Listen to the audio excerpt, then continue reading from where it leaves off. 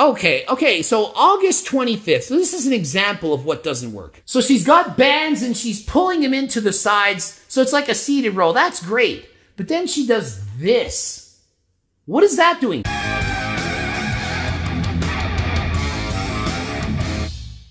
Hey everyone, thanks for tuning in and welcome back to another episode of Ask Me Anything. Steven here with Team U4, and today's question comes from Greg Doucette, who would like to know... Okay, so August 25th. So this is an example of what doesn't work. So she's got bands and she's pulling them into the sides. So it's like a seated row. That's great. But then she does this. What is that doing? Well, Greg, that is an excellent question, and specifically I want to address what exactly this exercise is doing at the shoulder and also at the scapula. Whenever you have your elbows tucked in and you do a pulling motion, you are training your shoulder extensors, and then whenever you are going into horizontal abduction, so you're bringing your arms out toward the side, you are going to be training your shoulder horizontal abductors, also your scapular retractors. With regard to those specific muscles, when we look at the horizontal shoulder abductors, that's going to be your posterior deltoid, your supraspinatus, infraspinatus, teres minor, and also the long head of the triceps brachii muscle. And then with regard to the scapular retractors, that is going to be your trapezius muscle, all three, the superior fibers, middle trapezius, and also the inferior trapezius, and also your rhomboids major and minor, and your levator scapulae muscle. And the reason that Greg Doucette has a problem with this exercise is because if you do that and the resistance is in front of you, it doesn't work the side delt. And if you are a bodybuilder or just somebody looking to build your lateral deltoid or strengthen your lateral deltoid, then this would be a pretty dumb exercise, and no, you would not want to incorporate it into your program. However, if you are somebody who is suffering from postural dysfunction, or if you have issues with regard to neck pain, shoulder pain, or if you have pain in between your shoulder blades, then this could potentially be a terrific exercise for you. And just 3 common postural faults in which this exercise would be applicable would be anybody that has a protracted scapula, a winging of the scapula, or a dysfunctional scapulohumeral rhythm. With regard to those 3 conditions right over here, I want to explain what exactly each of them are and why exactly this exercise may be beneficial. And in order to do that, I'm going to need the help of my good friend, Johnny Bones. So Johnny, get over here and show your bony blades to the camera.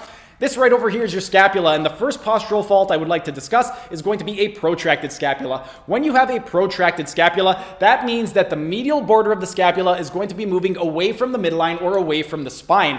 And if you have a protracted scapula, one of the things that you could do to correct that would be to do some strengthening exercises for the muscles that are responsible for retraction of the scapula. And those muscles, once again, just to quickly recap, it's going to be your trapezius, all 3, your superior trapezius, middle trapezius, and inferior trapezius, also your rhomboid major and minor, and then lastly, it's going to be your levator scapulae muscle. And if you do happen to have a protracted scapula, I'm going to include a link right up over here to a video I made a few months back of the top 5 strengthening exercises for posture correction to correct a protracted scapula. The second postural fault is going to be a winging of the scapula. Whenever you get a winging of the scapula, that means that the medial border is moving away from the rib cage. So you are going to get this lateral tilt of the scapula. And what you would want to do to address that would be to do some strengthening exercises for the muscles that are responsible for medially tilting the scapula or bringing the medial border toward the rib cage. Now, technically, none of the muscles in our body are going to be medial tilters of the scapula. However, when you get this lateral tilt of the scapula, all of the muscles that attach to the medial border and that are responsible for retraction of the scapula, they are going to turn into medial tilters. So what you would want to do is strengthen those exercises. And once again, medial tilters of the scapula, that is going to be your rhomboid major and minor, also your middle and inferior trapezius, and then lastly,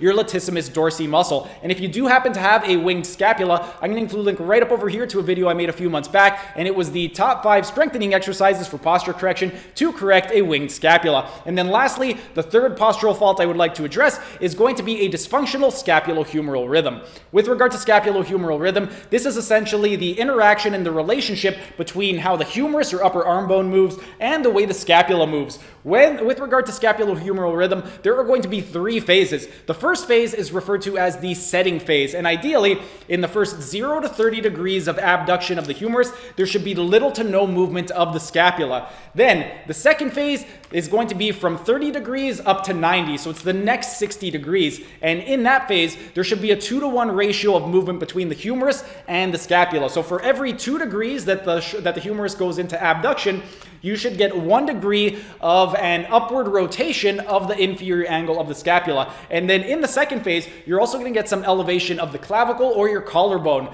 Then the third phase of the scapulohumeral rhythm is from 90 to 180 degrees. And in this phase, from 90 to 180, once again, there's going to be a 2-to-1 ratio. So for every 2 degrees that the humerus moves into abduction, there should be a 1 degree of upward rotation in the scapula. And this time, you're going to also get an elevation of the scapula. So the scapula is going to move up toward the sky. And what we could do to address that is anybody that has an early setting phase, it's often going to be due to weakness in the muscles that are responsible for retracting the scapula, and specifically the muscles that are responsible for downwardly rotating the scapula. So what we'd want to do to address that would be to perform some strengthening exercises for the muscles that are responsible for downward rotation of the scapula. And when we look at the downward rotators, we have the rhomboid major and minor, we have the levator scapulae muscle, and we have the posterior deltoid. And if you do happen to have an early setting phase with regard to your scapulohumeral rhythm, then I'm going to include a link right up over here to another video I made a few months back of the top 5 strengthening exercises for posture correction to correct an early setting phase of the scapulohumeral rhythm.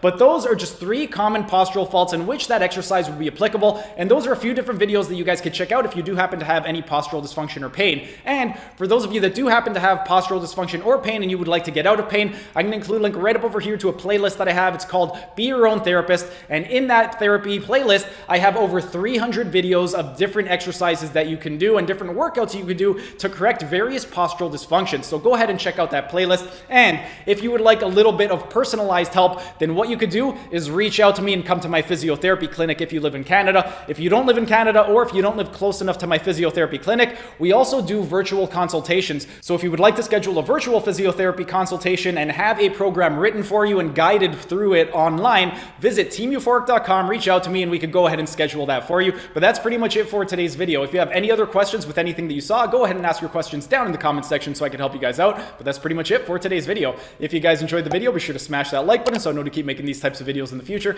And if you're either new to the channel or haven't subscribed yet, be sure to subscribe to the channel and hit the notification bell, as I will be uploading new videos every single day. That's it for today's video. Thanks for tuning in, and I will see you again tomorrow.